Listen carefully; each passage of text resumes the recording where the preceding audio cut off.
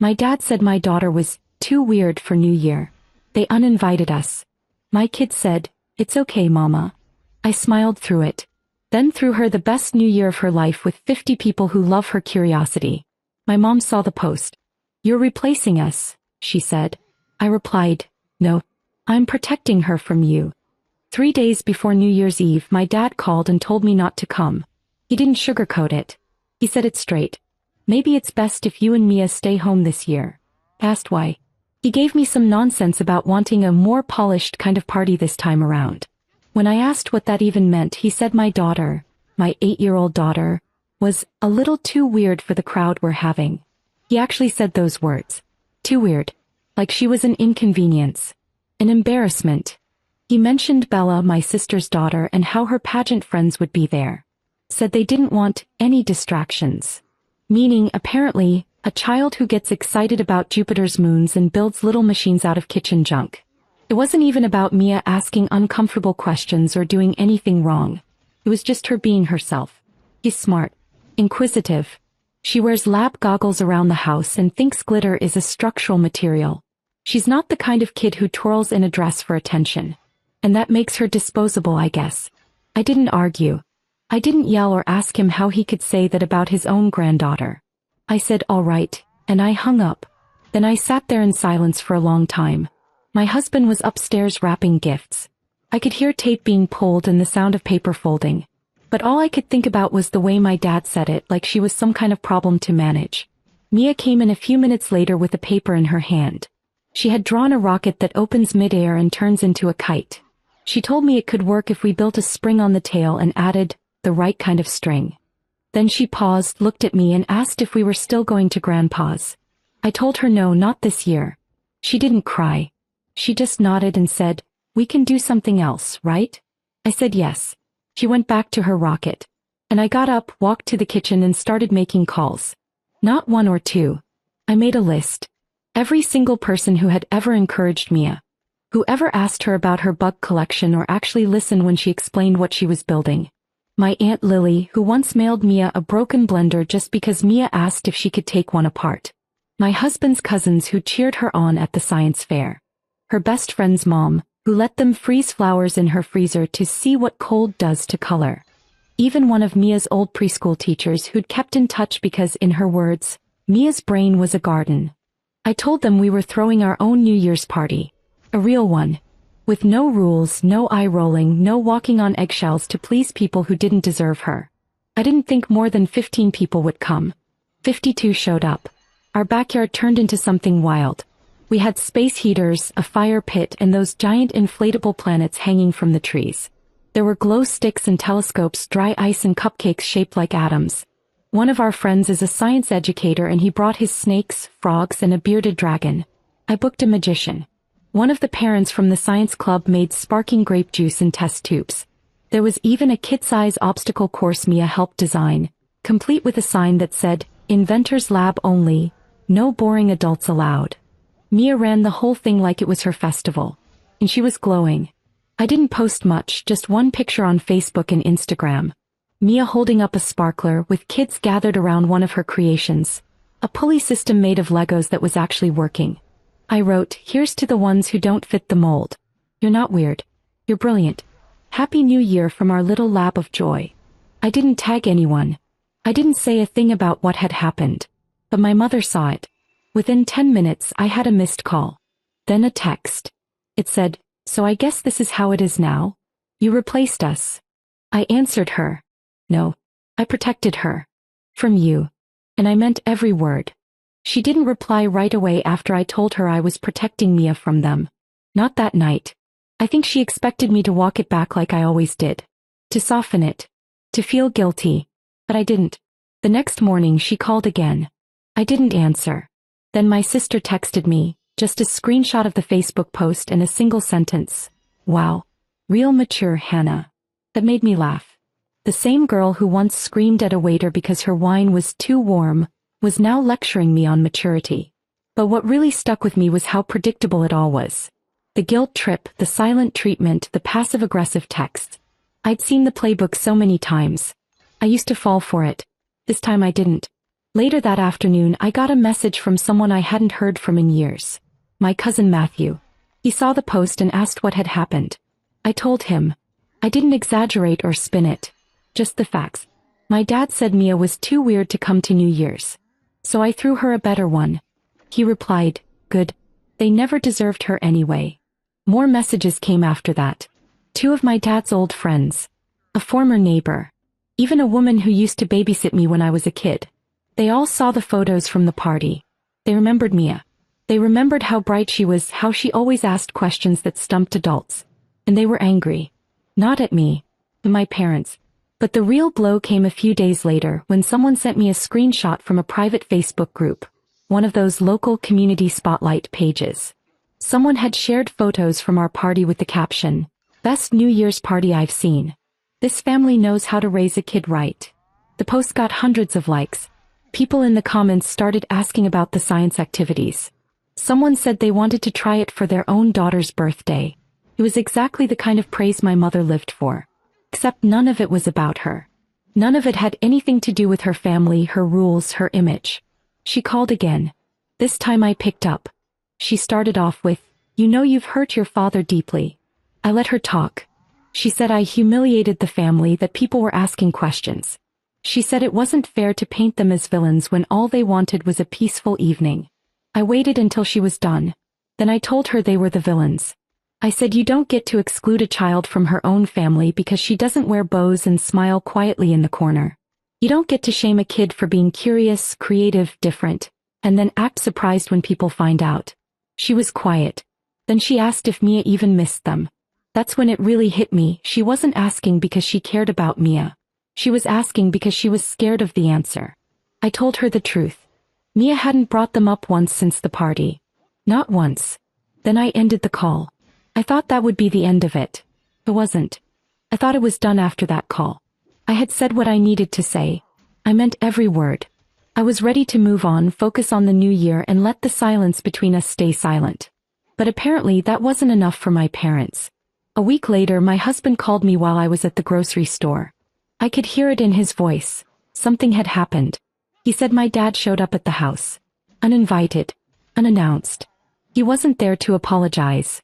He was there to prove a point. According to my husband, my dad stood outside for several minutes ringing the bell. When no one answered, he started walking around the house, looking through the windows. Mia wasn't home, thank God. She was at a friend's. But my husband was, and so were 2 of his cousins who had helped with the cleanup after the party. When my dad saw them through the window, he started yelling, demanding to be let in. Said he was there to see his granddaughter and that we were poisoning her, against him.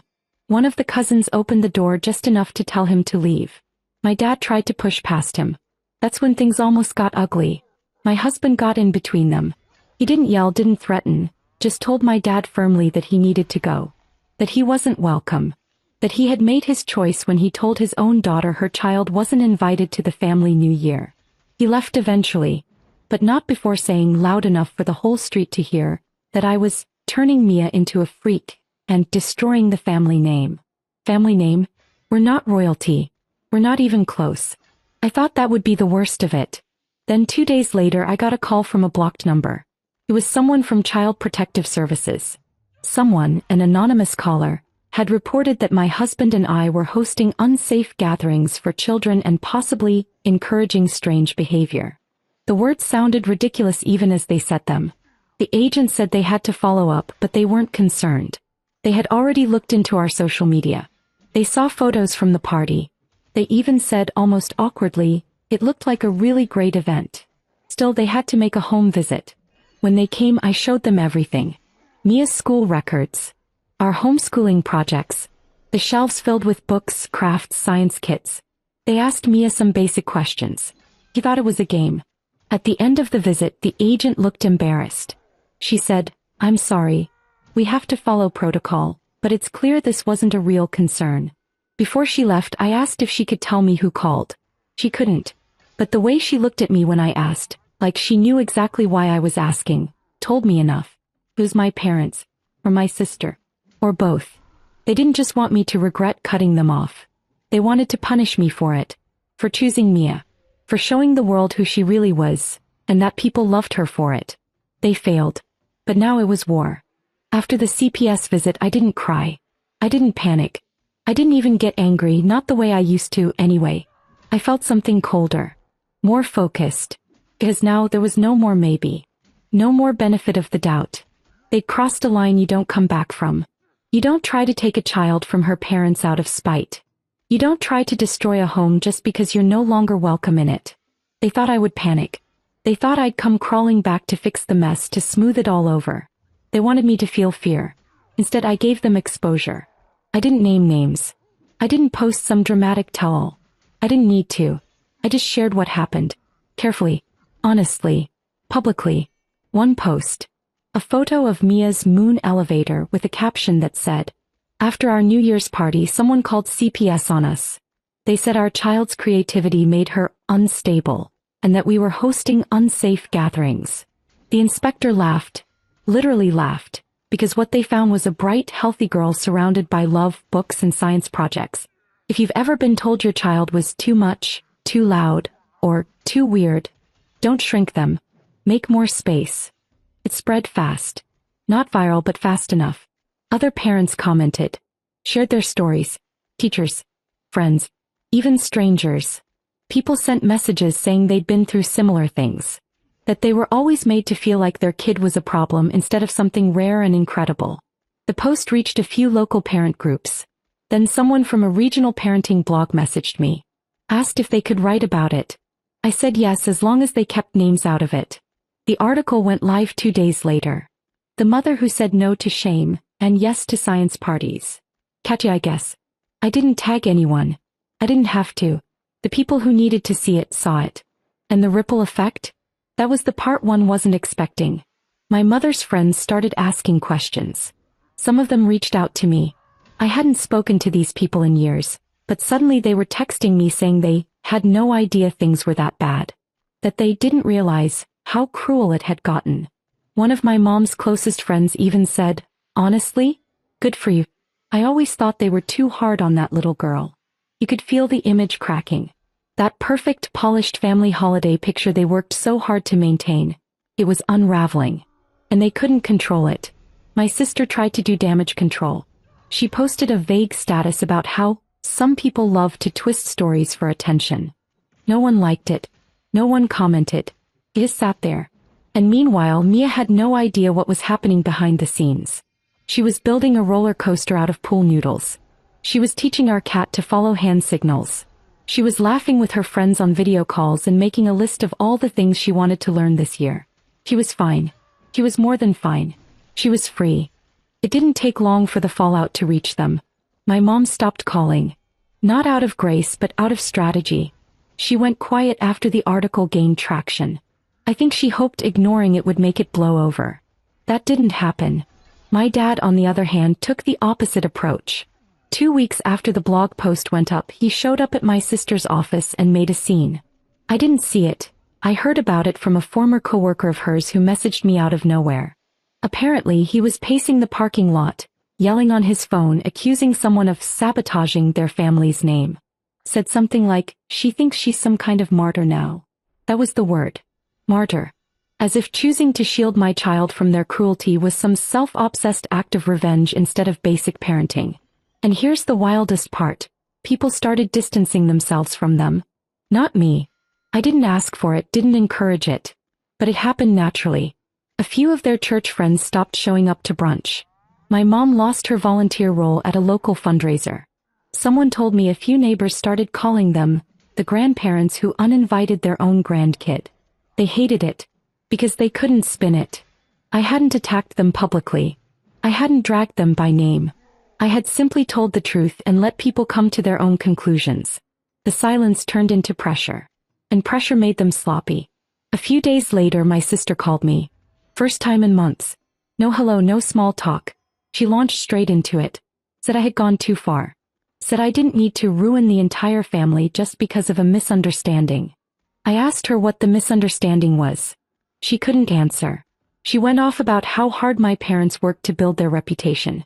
How cruel it was of me to paint them as villains. That's when I realized something that changed everything. They weren't ashamed of what they'd done. They were ashamed they got caught.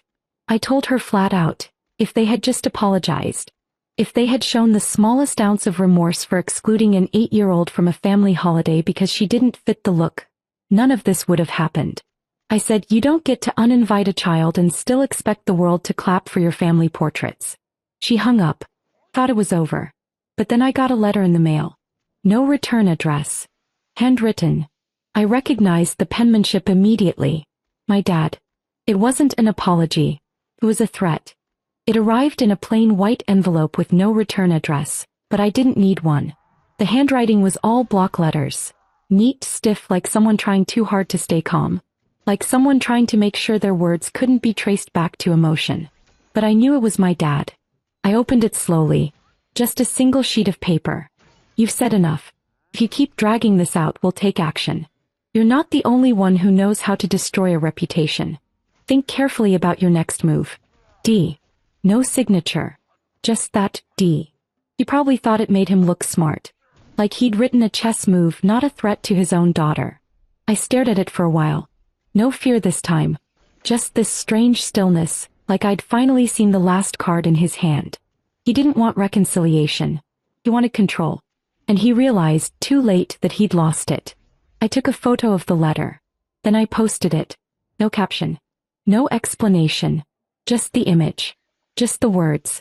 Within minutes, the messages started coming in. People were stunned. One parent wrote, "He really thinks she's the problem?" Another said, "I hope she never meets him again." The thread blew up. And what made it worse, for them, was that no one was shocked anymore. People already knew what they were like. The letter didn't surprise anyone. Confirmed everything. The last person to message me that night was someone I hadn't heard from in years. My old neighbor, Ms. Gutierrez. She used to babysit me and my sister when we were kids. She wrote, "I remember you reading books on the porch while your sister screamed about her hair getting wet. You were always curious. Always a little different. I'm glad you're protecting your daughter the way no one protected you." That message broke something open in me. Not in a bad way. Just in a final way. I sat with it for a long time. That's when I realized, this wasn't just about Mia. This was about cycles. This was about what I was never going to pass down. All the silent compliance, the emotional landmines, the performative family values. All of it ended here. The next morning I blocked every number tied to my parents. Blocked my sister too. I archived the letter. Just in case. Then I took Mia to the art store where she spent an hour picking out supplies for her next invention, which I think is some kind of marshmallow launching trebuchet. We ate lunch at her favorite diner. I told her, "Let's make this a tradition." She asked, "Which part?" I said, "The part where we celebrate the weird kids." He grinned. And just like that, the old year was gone. The war was over. And we won.